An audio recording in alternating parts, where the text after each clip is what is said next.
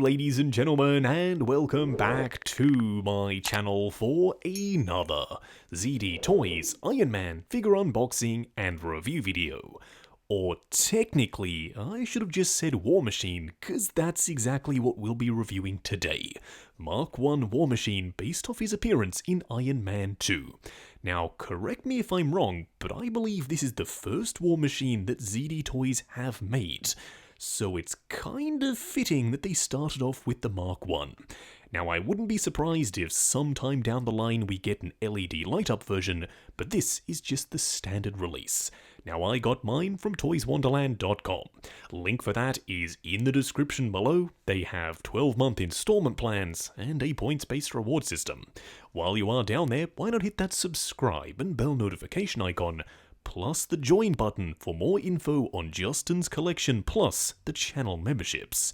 What we are going to do now though is get the box laying flat in the light box and do the unboxing. Here of course we have the box art, and unlike Iron Man, instead of having that arc reactor cut out in the middle, this time we have a massive image of War Machine Mark 1. We also have War Machine Mark 1 down below, Infinity Saga up the top, and it's covered in this gorgeous metallic blue finish, where with Iron Man we usually get that metallic red. On the side, War Machine plus another product shot, and then of course a bunch more on the back of the box.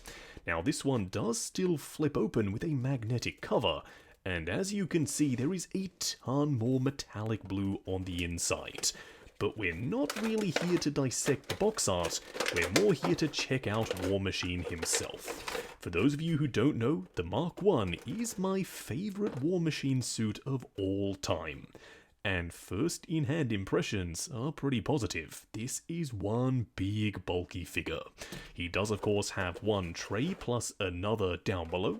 So what we are going to do now is get all of his accessories laid out in the light box and take a closer look at everything he comes with. Here we have all the parts and pieces. Now starting off with the display base first, it is done in the usual ZD Toys style.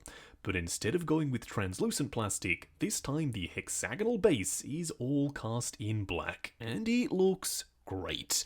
Marvel Studios Iron Man 2 printed on the top, and then of course the multi-jointed, fully articulated, spring-loaded waist clamp, so if you wanted to, you could display War Machine mid-flight. Speaking of mid-flight, you do get a couple of blast effects. We have seen these before. They are meant to peg exclusively into his feet. What do I mean by saying that? Well, unfortunately, you only get one pair of swap-out hands, and they don't have any peg ports to actually peg the blast effects into. They do have a nicely painted blue repulsor section, and they are quite well sculpted. But yeah, these are just meant for his feet. They're cast in translucent yellow plastic with some feathering of orange towards the edges. This of course wouldn't be War Machine without some weaponry. You do get two guns that I'm fairly certain are shotguns that mount to the underside of his forearms. They do peg in place rather securely, and yes, you will see them on the figure. The sculpt work is crisp and clean, and the paint applications are few and far between. I'm pretty sure these are just cast in this gunmetal style plastic, but I have no complaints. This looks great. Would I have liked to have seen some chipping and weathering on the surface? Yes, absolutely. But this gets the job done as well. Lastly, you do also get his Gatling gun. Now, I don't know if I'm doing something wrong, but I actually can't get it to move at all. I could have sworn this was going to be able to swivel here and down at the base as well, but it is all fixed in position. You do at the very least have some nice chrome silver in certain sections, plus the ammo belt that does connect to his back.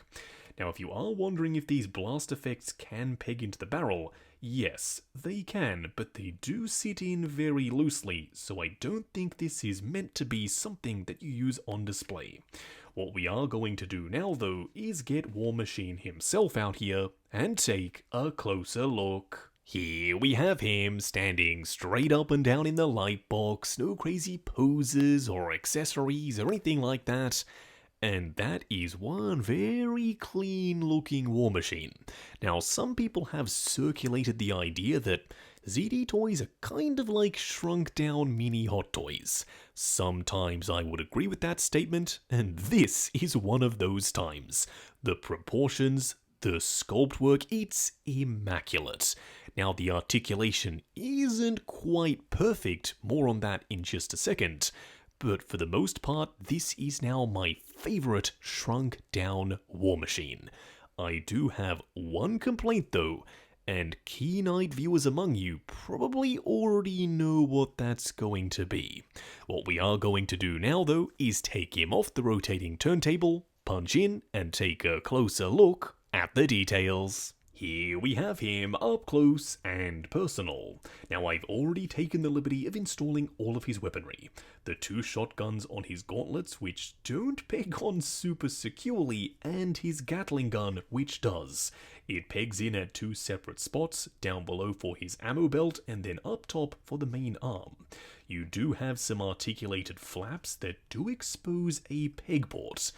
And I don't know about y'all, but I'm super curious to see if this blast effect can peg in. And yeah, it absolutely can. That makes for a very convincing effect. Now unfortunately, you do only get 2 of these, so you have to pick and choose. Do you want them pegged into his back or pegged in down below for his feet? More on that in just a second. Now, as we discussed earlier, the arm for the Gatling gun is fixed in position. At the very least, it is facing forward. If it was permanently stored straight up and down, then yeah, we would have another issue entirely. Speaking of issues, I only have one. And I don't know if you've been able to guess it, but it's something that's bugged me from the very beginning with the first ZD Toys non-LED figure. Now that's the arc reactor and the eyes. If you don't have the LEDs on, and this guy doesn't have any LEDs at all, then the suit looks dead. They could easily solve this by painting the arc reactor and the eyes, but then I think that would stop you from going ahead and picking up the LED version when it's released a few months later. Don't kid yourself, ZD Toys could absolutely release both versions at the same time, it's the exact same mold.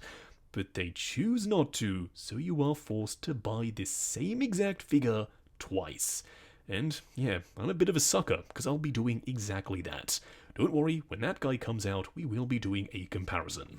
Now, the paint applications are relatively straightforward. He is done in that same unpainted gunmetal plastic, just like we saw with the shotguns, and yes, this one has already fallen off. It does have a subtle metallic flake to it, plus it's accented quite nicely with this bright chrome silver. You do also have a couple of decals that indicate War Machine Mark 1 and Edwards Air Force Base, cause that's where this suit was built by Justin Hammer. I also do like these flap pieces that extend down over the fists. It is accurate, but it also doesn't get in the way of articulation. Then coming down to the legs, they are suitably big and bulky with a ton of intricate design work. You've got multiple panel lines, multiple different sections, and even some gold details around the back. Of course, if you do want to peg in the blast effects, you do have those peg ports down below, but just like on the back, this is not an easy feat to accomplish, and you will chew up your fingers when you're trying to press this on there. But nevertheless, yes, it will go in, and it does look like he is blasting off. So at the end of the day, even though I am a little bit frustrated that the suit does look dead without painted eyes and a painted arc reactor, this guy will certainly do for now in the ZD Toys display as my de facto War Machine. Now for a quick side-by-side comparison, here we have War Machine Mark 1 on the left and Iron Man Mark 6 LED on the right. And as you can see, War Machine is taller but also bulkier than the Mark 6. And that kind of tracks, because in the movie he looked exactly like that. He was this big, hulking presence. Now unfortunately, he does kind of look devoid of life entirely compared to the Mark 6, who looks like he's on and activated, like Tony is currently wearing the suit. Now the only thing that could solve that is a future LED version of War Machine, but then that has me sitting here scratching my head thinking, why on earth do they actually release these normal ones? It's number one, so suckers like me will buy them, but number two, so that I guess they come in at a slightly cheaper price point. But having those LEDs on, trust me, it makes a massive difference in the display. Just going over articulation. Now bear in mind this is my personal copy of the figure, so I'm going to be a little bit more careful. I'm sure when you get yours in hand, you can push the joints slightly further than I am willing to go. Now the helmet is on a ball joint looking forward and back, swivel, and then a teeny amount of pivot side to side. The arms can be extended out, and the same thing can be said for the shoulder pads. They will go up to there, they will go forward and back, butterfly joint that also hinges up and down. Swivel at the bicep, double bend at the elbow that unfortunately only gets you to 90. Plus of course a ball joint for the wrist peg. The torso can be extended up, crunching forward, going back, swivel and pivot side to side. Now the legs of course can be dropped down, but only ever so slightly. Going forward to there, going out to there, swivel at the upper thigh, double bend at the knee that does get you just past 90, and then of course a hinge and swivel down here for the ankle. Just wrapping up on the ZD Toys War Machine Mark 1 from Iron Man 2. Now going into this I was really excited. I love ZD Toys, they have a stellar track record with their smaller scale Iron Man figures, so yeah, I was curious to see what they could do with my favourite War Machine suit. And it turns out they have knocked it out of the park. Now that doesn't mean he's perfect. Let's talk about my two complaints first. Number one, there's no articulation in the Gatling gun. I'm not asking for swivels and hinges and crazy engineering. I just want a single ball joint at the base of the gun itself, so you could have moved it left and right and up and down. As it stands, it's fixed in position, which is very limiting for posability. The second complaint is that the arc reactor and the eyes, I know, eye roll, I've mentioned this about 1,000 times, they look like they are completely devoid of life. A little bit of paint would have gone a long way, but at the same time it doesn't ruin the figure entirely. The sculpt, the proportions, the paint applications, and yes, even the accessories, you don't get a ton, but the ones you get are very good. I think they more than make up for the lack of paint in the arc reactor and the eyes. So if you are on the fence and you're thinking, maybe I should wait for the LED version, if you can, yes, absolutely, that one's going to be the superior figure, but if you want a War Machine now, then I think you could do a lot worse than this guy. Now, I got mine from toyswonderland.com. Link for that is in the description below. They have 12-month installment plans and a points-based reward system. While you're down there, why not hit that subscribe and bell notification icon so you're notified as soon as a brand new review goes live on the channel. Also, check out the join button if you like the sound of seeing your name in the end credits of my reviews. Like, comment, and subscribe, and we'll catch you in the next video.